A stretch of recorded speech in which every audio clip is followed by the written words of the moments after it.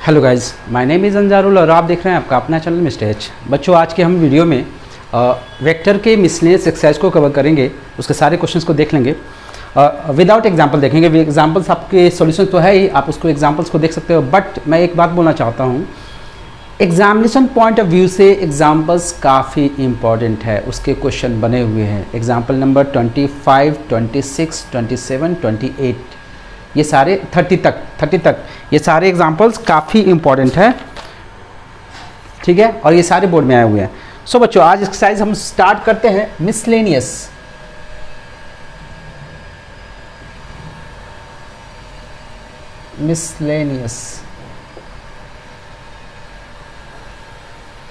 सो बच्चों, पहला क्वेश्चन हम देखते हैं। पहला क्वेश्चन क्या बोलता है, write down a unit vector in x y plane making an angle of 30 degree with the positive direction of x axis.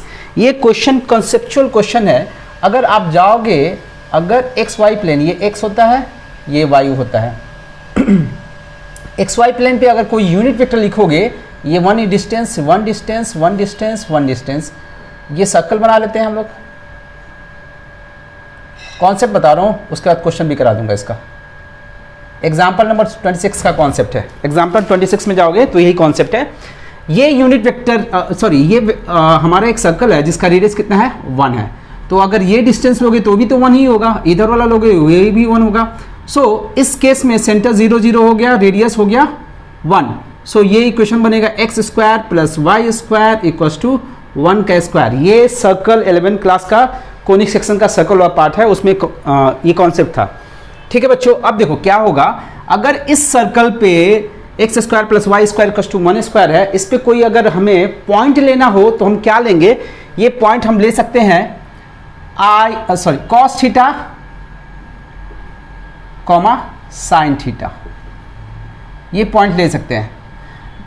ये ऑन द सर्कल है, यानी कि ये इसको सेटिस्फाई करेगा। देखना बच्चों, सेटिस्फाई कर रहा है कि नहीं। ये यहां पर रखा हमने cos square theta plus sine square theta, ये तो 1 ही होता है। तो लेफ्ट हैंड साइड और राइट हैंड साइड दोनों क्या हो गया, इक्वल हो गया। बट अब क्वेश्चन क्या कहता है, हमें एक वेक्टर लिखना है जिसकी मैग्नीट्यूड 1 हो, यानी कि यूनिट वेक्टर लिखना है। तो ये दो, एक पॉइंट यहाँ पे, एक पॉइंट यहाँ है, दोनों को माइनस करके हम वेक्टर लिख सकते हैं ना। इसको नाम दे दो O, इसको नाम दे दो A। तो OA वेक्टर क्या होगा, cos theta minus 0 into y, लिखने का प्रोसेस तो यही है, sine theta minus 0 into j, ये हो गया।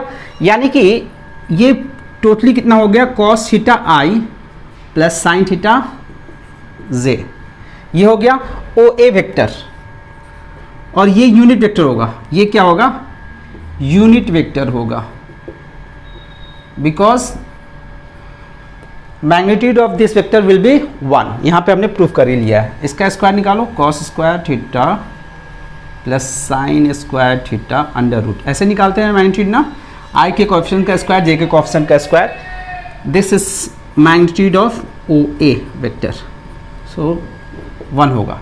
सो बच्चों, समझ में आया। अगर कोई भी वेक्टर यूनिट वेक्टर लिखना है एक्स वाई प्लेन, तो उस केस में कॉस थीटा आई प्लस साइन थीटा जे हम ले सकते हैं। कॉस थीटा आई प्लस साइन थीटा जे ले सकते हैं, क्योंकि ये यूनिट वेक्टर होता है। अब देखो ये क्वेश्चन क्या बोला है, write down a unit vector in x y plane making an angle of 30 degree with the positive direction of x axis. यानी कि क्या बोला है, ये क्वेश्चन है, ये एक्स वाई प्लेन है हमारा, यहाँ पे कोई एक वेक्टर लेना है, यूनिट वेक्टर, जो इसके साथ 30 डिग्री का एंगल बनाए। तो सेम यही कॉन्सेप्ट लगेगा। यहाँ पे हम जो पॉइंट लेंगे वो होगा cos 30 sin 30, क्योंकि यहाँ पे अगर ये थीटा था तो हमने क्या लिया था, cos थीटा sin थीटा। अब ये 30 है तो ये हो जाएगा एक्स वाई प्लेन पे unit vector on x y plane. ये क्या हो गया, cos theta i sine theta j, theta की वैल्यू हम डालेंगे 30 डिग्री,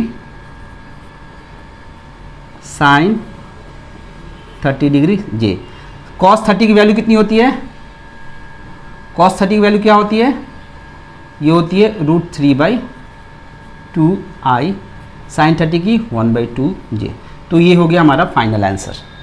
समझ में आया बच्चों, ये फाइनल आंसर हो गया। Next question, find the scalar component and magnitude of vector joining the points P and Q। Second question क्या कहता है, दो पॉइंट है P है और ये Q है। P दिया है x1 y1 z1, Q दिया है x2 y2 z2। अब ये हमें वेक्टर निकालना है, ठीक है, साथ के साथ स्केलर कंपोनेंट भी निकालना है एंड मैग्नीट्यूड भी निकालना है। सो हमें पता है कि पी क्यू वेक्टर हम कैसे लिखते हैं, फाइनल माइनस इनिशियल के x को माइनस कर देंगे, उसमें i कैप डाल देंगे i, फिर y को y से माइनस कर देंगे y2 minus y1 j plus z2 minus z1 k। ये हो गया इसका वेक्टर पी क्यू वेक्टर। अब बोला है स्केलर कंपोनेंट, तो बच्चों देखो स्केलर कंपोनेंट का मतलब क्या होता है, स्केलर मीन्स होता है कांस्टेंट नंबर, सिर्फ यही कांस्टेंट नंबर है, बाकी ये तो वेक्टर है ना, आई कैप होगा। अगर कैप छूट जाए तो आप लोग डालोगे, ठीक है, ध्यान रखना इस चीज को। तो स्केलर कंपोनेंट क्या क्या हो गया, x2 minus x1 comma y2 minus y1 comma z2 minus z1, ये हो गया हमारा स्केलर कंपोनेंट।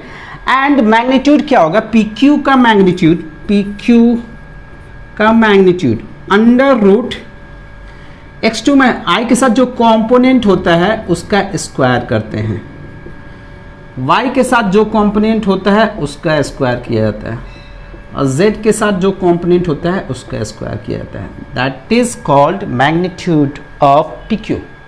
pq का मैग्नीट्यूड हो जाए, ठीक है बच्चों, समझ में आया। Question number 3 is very important. पर्दा है पर्दा, पर्दे के पीछे पर्दा नशी है, पर्दा नशी को बेपर्दा न कर दूं पर्दा। हाँ बच्चों, हम इस क्वेश्चन के, ये काफ़ी अच्छे क्वेश्चंस हैं, इसके सारे पर्दे को हम खोलेंगे। सो देखो बच्चों क्या बोला है, a girl walks 4 kilometre towards west, then she walks 3 kilometer in direction of 30 degree east of north and stops. Determine the girl's displacement from her initial point to departure. Means क्या बोला है, ध्यान से देखो, ये हमारा डायरेक्शन सेंस है, north हो गया, इधर साउथ, इधर ईस्ट, इधर हो गया वेस्ट। सो अगर कहीं नहीं दिया है तो हमें स्टार्टिंग पॉइंट क्या लेंगे, ओरिजिन लेंगे, ठीक है। यहाँ से लड़की चलना शुरू करती है टुवर्ड्स वेस्ट 4 किलोमीटर, 1 किलोमीटर 2 3 4, ये 4 किलोमीटर हो गया। यहाँ पे आके लड़की रुकती है, फिर यहाँ पे एक डायरेक्शन सेंस डालेंगे हम, फिर डालेंगे यहाँ पे ऊपर को नॉर्थ, इधर ईस्ट वेस्ट साउथ। अब बोला क्या है, यहाँ पे आने के बाद वो लड़की 3 kilometre in direction of 30 degree east of north, north से ईस्ट की तरफ, नॉर्थ से ईस्ट की तरफ ये 30 डिग्री के एंगल पे जाती है, तो ये हो गया 60 डिग्री, क्योंकि दोनों मिलकर 90 डिग्री होंगे। अब 3 किलोमीटर जाती है, 1 2 3, यहाँ पे आके रुक गए। अब इसका पोजीशन बताना है, डिस्प्लेसमेंट यहाँ से ये निकालना है ना, इनिशियल पॉइंट ये है, फाइनल पॉइंट ये है, यहाँ से ये डिस्प्लेसमेंट निकालना है। डिस्प्लेसमेंट मीन्स क्या हो गया, वेक्टर निकालेंगे, इसका पोजीशन पॉइंट मिल गया, पोजीशन मिल गया, पॉइंट मिल गया, और ये पॉइंट तो हमें पता है ये 0 0, तो अगर ये पॉइंट मिल गया, ये वाला कोऑर्डिनेट, दोनों को माइनस करके हम वेक्टर लिख लेंगे, दैट इज डिस्प्लेसमेंट, वही डिस्प्लेसमेंट होता है, ठीक है बच्चों। सो देखो करेंगे क्या, हमें ये पोजीशन निकालने के लिए इस पे ये परपेंडिकुलर ड्रॉ करते हैं, यहाँ पे x होगा और ये y होगा, ठीक है बच्चों। ये हो गया हमारा x यहाँ से यहाँ तक, ठीक है, सॉरी x ये होगा यहाँ से यहाँ तक, ये x होगा, ये पूरा y होगा। सो बच्चों हम ये डिस्टेंस निकाल लेते हैं, ये डिस्टेंस इस ट्रायंगल को यूज करते हुए, इन ट्रायंगल हमें बेस चाहिए, हाइपोटेन्यूज 3 सेंटीमीटर या मीटर जो भी दिया है, मीटर दिया हुआ, ये दिया हुआ है, तो हमें बेस चाहिए, हाइपोटेन्यूज दिया है, cos 60 डिग्री निकाल लेते हैं, cos 60 degree equals to base by hypotenuse, ये होता है। बेस नहीं पता है, बी ले लेते हैं, हाइपोटेन्यूज 3 पता है, cos 60 की वैल्यू होती है, cos 60 कितनी होती है 1/2 इक्वस टू b/3, 3 इधर है 3/2 इक्वस टू b, ये बेस आ गया 3/2। तो हमें बेसिकली क्या चाहिए, ये x चाहिए। x कैसे निकालेंगे, टोटल डिस्टेंस 4 है, ये 4 था ना, टोटल डिस्टेंस 4 है, 4 में से हम ये वैल्यू माइनस कर देते हैं, 4 माइनस 3/2, एलसीएम ले लेते हैं 8 माइनस 3/2 दैट इज 5/2। तो ये वैल्यू हो गई 5/2, तो यहाँ पे ये x हो गया 5/2, बट ये नेगेटिव में है तो इसको माइनस लेंगे, ठीक है, कॉमा।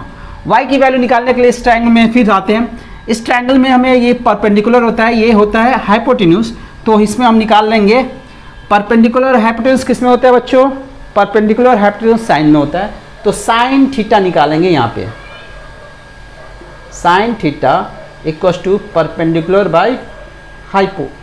परपेंडिकुलर कितना है नहीं पता, y लिया था हमने, और हाइपोटेन्यूज हो गया 3। और आपको पता है साइन थीटा यहाँ पे है 60 degree, sine 60 degree equals to y/3 हो गया। 60 की वैल्यू होती है √3/2, y/3, 3 आ गया इधर, 3√3/2 इक्वस टू y। ठीक है बच्चों, तो ये हो गया 3√3/2, ये इसका कोऑर्डिनेट आ गया। अब ये वेक्टर लिखना है, ये वेक्टर एरो इधर होगा, एरो अवे फ्रॉम ओरिजिन होता है, कॉन्सेप्ट में बताया था। सो ये ओरिजिन हो गया, इसको मान लेते हैं ए।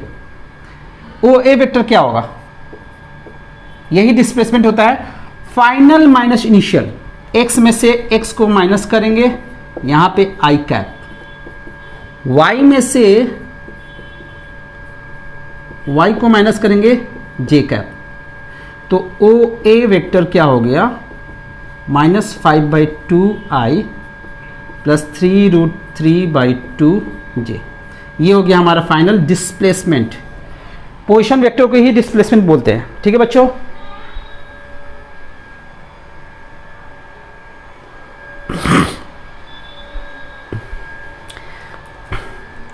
नेक्स्ट क्वेश्चन देखते हैं, क्वेश्चन नंबर 4। ये कॉन्सेप्चुअल क्वेश्चन है बच्चों। इसमें क्या दिया है 4th में,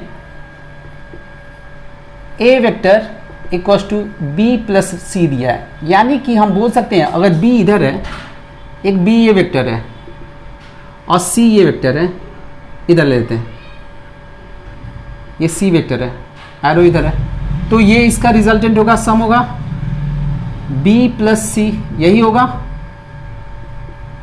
जिसको ए से इंडिकेट किया गया है यहाँ पे। अब बोला क्या है, जो रिजल्ट है वो उसको प्रूव करना है कि ट्रू है या फॉल्स है, ठीक है ना, जस्टिफाई करना है हमें आंसर को। Magnitude of A equals to magnitude of B plus magnitude of C होता है क्या, यानी कि ये साइड और ये साइड मिलके इस साइड के इक्वल होंगे, नेवर नेवर पॉसिबल। क्यों, क्योंकि ये ट्रायंगल बन रहा है, ट्रायंगल में क्या होता है, सम ऑफ द टू साइड्स, इन दोनों साइड का सम तीसरे से बड़ा होता है। ट्रायंगल लॉ क्या कहता है, ट्रायंगल लॉ, ट्रायंगल इनइक्वालिटीज बोलते हैं, इनइक्वालिटीज, इनइक्वालिटी क्या कहता है कि दो साइड्स का सम, ये साइड ले लेते हैं, किसी भी दो साइड का सम तीसरे से हमेशा बड़ा होता है, कभी बराबर नहीं होता है। या तो a प्लस बी, ये भी c से बड़ा होगा, और डिफरेंस थर्ड से कम होता है, थर्ड से छोटा होता है। सो ये तो पॉसिबल है नहीं, ये पॉसिबल नहीं है। तो ये कब पॉसिबल होगा, जब ये दोनों वेक्टर एक लाइन में हो, ये b हो गया और ये c हो गया। अब इसका मैग्नीट्यूड तो इतना है, इसका मैग्नीट्यूड इतना है, और a क्या दिया है, b प्लस सी, यानी दोनों को ऐड करके रिजल्टेंट दिया है a प्लस बी। तो a का मैग्नीट्यूड इस केस में होगा b का मैग्नीट्यूड प्लस c का मैग्नीट्यूड, क्योंकि a तो इतना है, और ये होगा इसका मैग्नीट्यूड प्लस इसका मैग्नीट्यूड, सही है। तो ये दोनों क्या होने चाहिए, b and c must be collinear, collinear होगा तभी ये पॉसिबल है, अदरवाइज पॉसिबल नहीं है। क्लियर है बच्चों, क्योंकि ये इंपॉर्टेंट एक्सरसाइज है, सारे पार्ट को मैंने कैटेगराइज किया है, अलग अलग एक वीडियो बना रखी है, हर एक टॉपिक पे, हर एक कॉन्सेप्ट पे बना रखी है। सो ऐसा ना समझे कि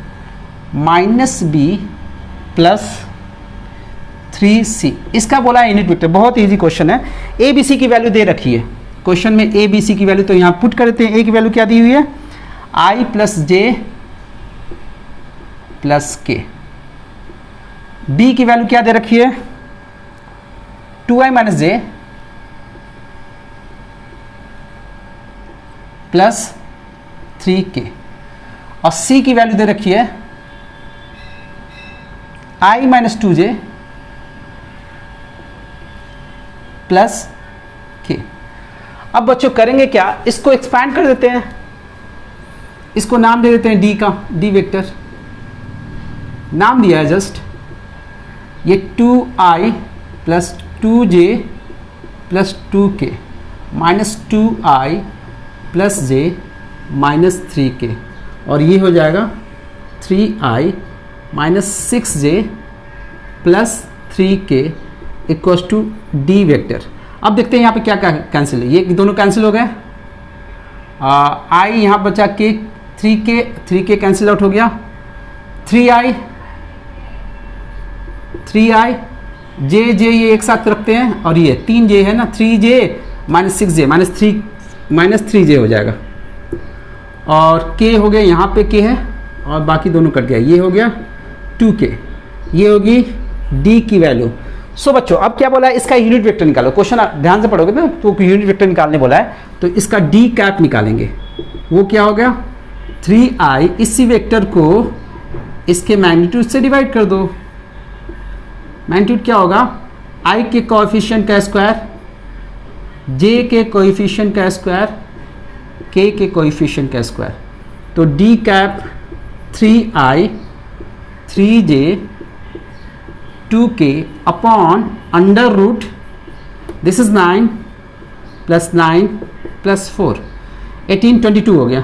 तो 3i minus 3j plus 2k upon under root 22, ये हो गया हमारा डी कैप। समझ में आया बच्चों, काफ़ी इजी क्वेश्चन था। अब देखते हैं क्वेश्चन नंबर 8।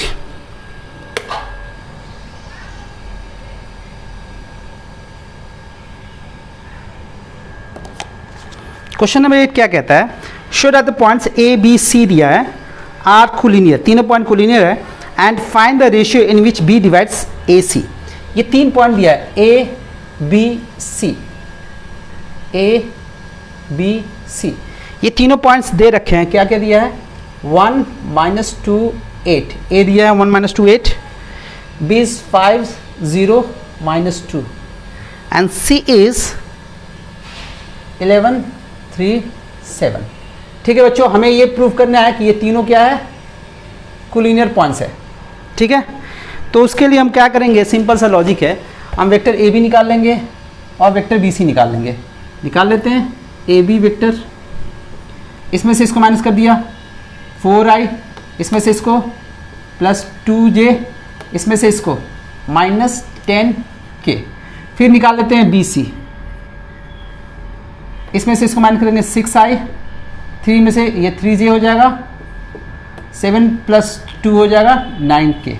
अब बच्चों ये कॉन्सेप्ट है, अगर i कंपोनेंट, j कंपोनेंट और k कंपोनेंट प्रोपोर्शन में होंगे तो ये दोनों वेक्टर क्या होंगे, कोलिनियर होंगे। तो हम प्रोपोर्शन वाला कॉन्सेप्ट अप्लाई कर लेते हैं। ठीक है, 4/6 i component, j component 2/3, k component minus 10/9। कुछ गलती हो रही है, और इसमें से इसको माइनस करेंगे तो माइनस 10 होगा, ये 9 हो गया। क्वेश्चन सही है बच्चों, यहाँ पे गलती हो गई क्वेश्चन में। क्वेश्चन में यहाँ पे -8 था। ठीक है, तो ये हो जाएगा, इसमें से इसको माइनस करेंगे तो ये हो जाएगा 6 प्लस का 6 हो जाएगा। हाँ, और ये ठीक है, ये हो गया हमारा 6/9। अब देखते हैं इसको कट करा दे, सिंपलेस्ट फॉर्म 2/3, ये दोनों बराबर हो गया। इसको कट करा 3 2 जा और 3 3 जा, ये भी तीनों इक्वल हो गया। So I, J and K components are in proportion proportion, ये प्रोपोर्शन में है। So A B and B C are collinear, ये कोलिनियर होंगे। अब इसमें सेकेंड पार्ट क्या बोला है कि बी ए सी को किस रेशियो में डिवाइड कर रहा है। बी जो है, सपोज करते हैं सेकेंड पार्ट, क्वेश्चन का second part, suppose B divides A C in K is to 1 ratio. तो ये हो गया के, ये 1। इंटरनली मान लेते हैं, इंटरनली, तो इंटरनली का हम फॉर्मूला अप्लाई करेंगे। आपको पता है, इसको यहाँ पे मल्टीप्लाई करते हैं, इसको हम यहाँ पे मल्टीप्लाई करते हैं, और दूर वाले इसको हम यहाँ पे मल्टीप्लाई करते हैं। ठीक है बच्चों, समझ में आया? तो हम b का कोऑर्डिनेट लिखते हैं,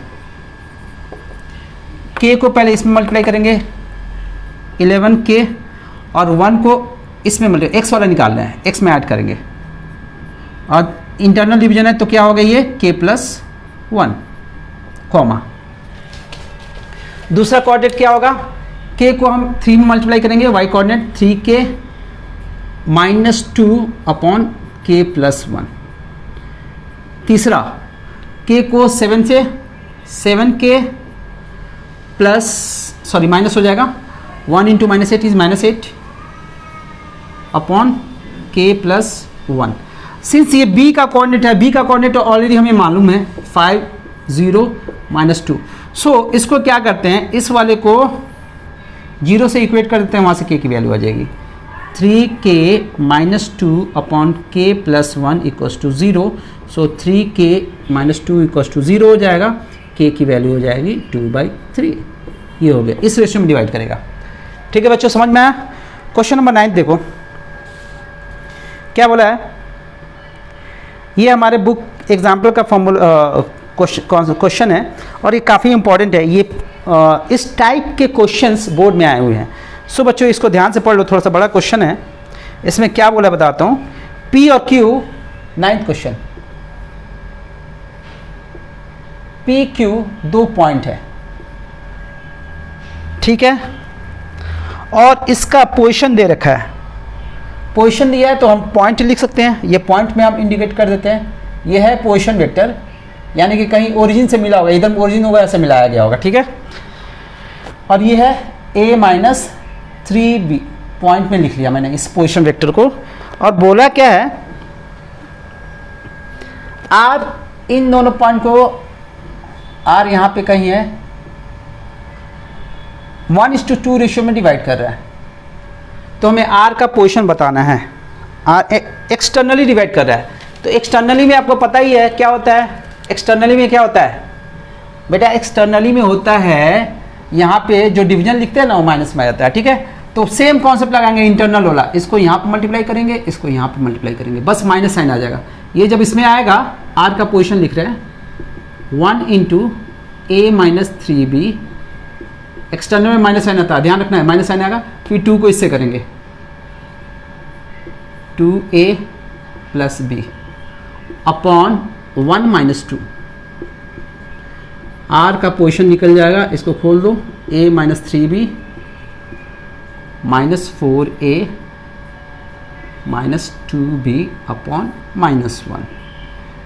a-4a कितना हो जाएगा, -3a, और this one is -5b divide by -1, minus निकाल के कॉमन कट कराएंगे तो ये होगा 3a + 5b। ये हो गया इसका पोजीशन, r का पोजीशन हो गया। ठीक है बच्चों, समझ में आया? अब इसमें एक दूसरा पार्ट बोला है, find p show that p is the mid point of RQ। ये r का, r हमारा आया था क्या, 3a + 5b, ये r आ गया, और q ये है। इन दोनों का मिड पॉइंट p हम प्रूव करना है, तो p की वैल्यू क्या कैसे निकाला, मिड पॉइंट है अगर, तो इन दोनों को प्लस करके 2 से डिवाइड करेंगे तो आंसर आ जाना चाहिए। मिड पॉइंट का फॉर्मूला, इन दोनों को ऐड कर दो और इसको 2 से डिवाइड करो, ये इसके बराबर आना चाहिए। अगर नहीं आ रहा तो फिर ये गलत है, कुछ गलती हुई है हमसे। ये a और ये 3a, 4a हो गया, 4a, 5 माइनस 3 2b, 2 से जब डिवाइड करोगे तो ये हो जाएगा 2a plus B, hence proved 2a plus B आ रहा है। ठीक है बच्चों, समझ में आया क्या लगा इसमें कॉन्सेप्ट? सो बच्चों अब देखते हैं क्वेश्चन नंबर 10। क्वेश्चन नंबर 10 में देखो क्या बोला, 2 adjacent side of the parallelogram दिया हुआ है, 2 एडजेसेंट साइड दिया रहता है, find the unit vector parallel to इस डायगोनल लाइंस एरिया। काफ़ी इजी क्वेश्चन है, पैरेललोग्राम बना लेना है हमें। इसके 2 एडजेसेंट साइड का मतलब क्या है, अगल बगल वाले साइड्स दे रखे हैं। ठीक है, क्या क्या दिया है, 2i minus 4j plus 5k, 2i minus 4j plus 5k ये दिया है। दूसरा एडजेसेंट साइड दे रखा है i minus 2j minus 3k, i minus 2j minus 3k, तो इसका डायगोनल ये होगा। कॉन्सेप्ट में जाओगे तो पता ही चलेगा कि इन दोनों को प्लस करने पे ये मिल जाता है। ये जो a वेक्टर होता है या r वेक्टर लिख लो, ये a प्लस b होता है।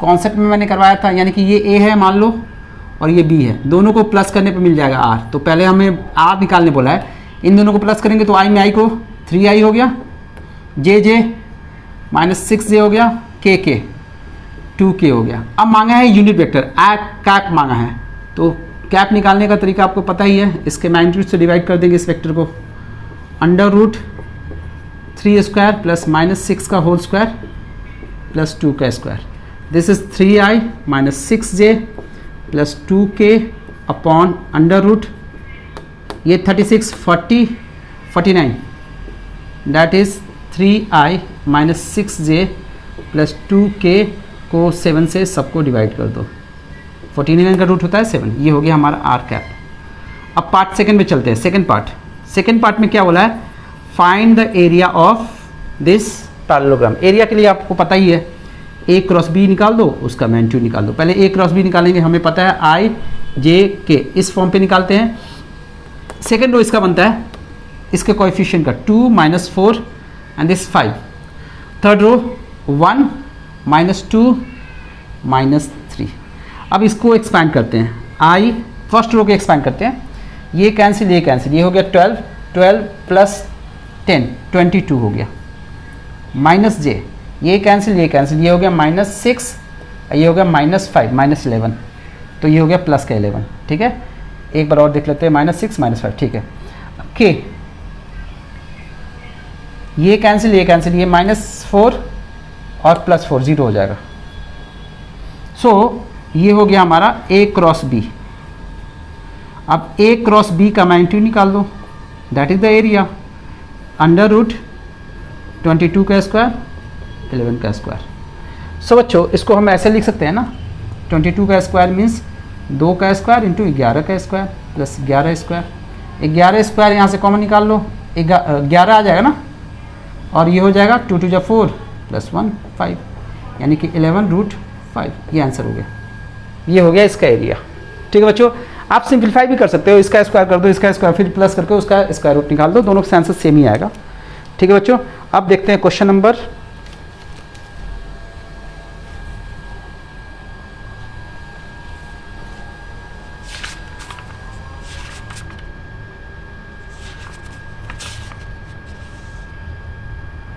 10th का कौन सा था,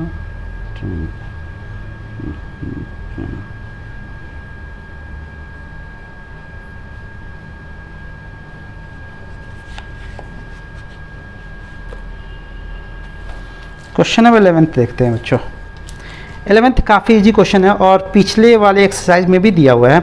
show that the direction cosine of the vector equally inclined to the O X O Y O Z axis are this. Easy है, काफ़ी इजी क्वेश्चन है।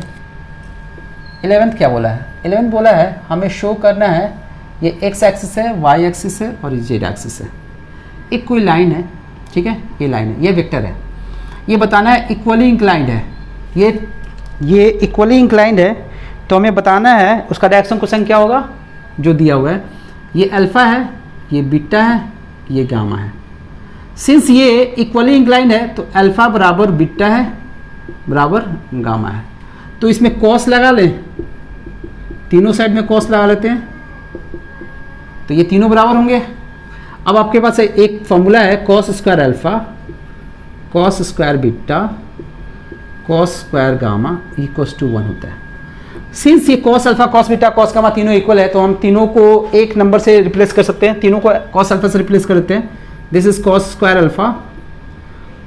Alpha and this also will be cos square alpha equals to 1। This is 3 cos square alpha equals to 1, cos square alpha equals to 1/3, cos alpha की value हो जाएगी 1/√3 plus minus sign होता है, ठीक है ना। तो आ गया, प्रूव हो गया। डायरेक्शन कोसाइन क्या होगा, डीसी क्या होता है, cos alpha cos beta cos gamma. Cos alpha की वैल्यू क्या लेंगे, 1/√3 सिंस यही प्रूव करना है, वैसे आपको -3 भी लेना चाहिए, दोनों वैल्यू ले सकते हो, बट जो प्रूव करना है वही ले लिया हमने, ठीक है ना। समझ में आया बच्चों। सो क्वेश्चन नंबर 12, 13 एंड 14 ये तीनों काफ़ी अच्छे क्वेश्चन है। सिंस ये वीडियो बड़ी होती जा रही है, तो इसको नेक्स्ट वाली वीडियो में हम लोग कवर कर लेंगे। एक छोटी सी वीडियो बन जाएगी 10 मिनट की, उसमें ये तीनों क्वेश्चन आए, ये तीनों क्वेश्चन बोर्ड में आए हुए हैं। तो बच्चों अगर आपको वीडियोस पसंद आए तो आप इसको लाइक करें, सब्सक्राइब करें, अपने दोस्तों में ज़्यादा से ज़्यादा इसको शेयर कराएं। थैंक यू बच्चों।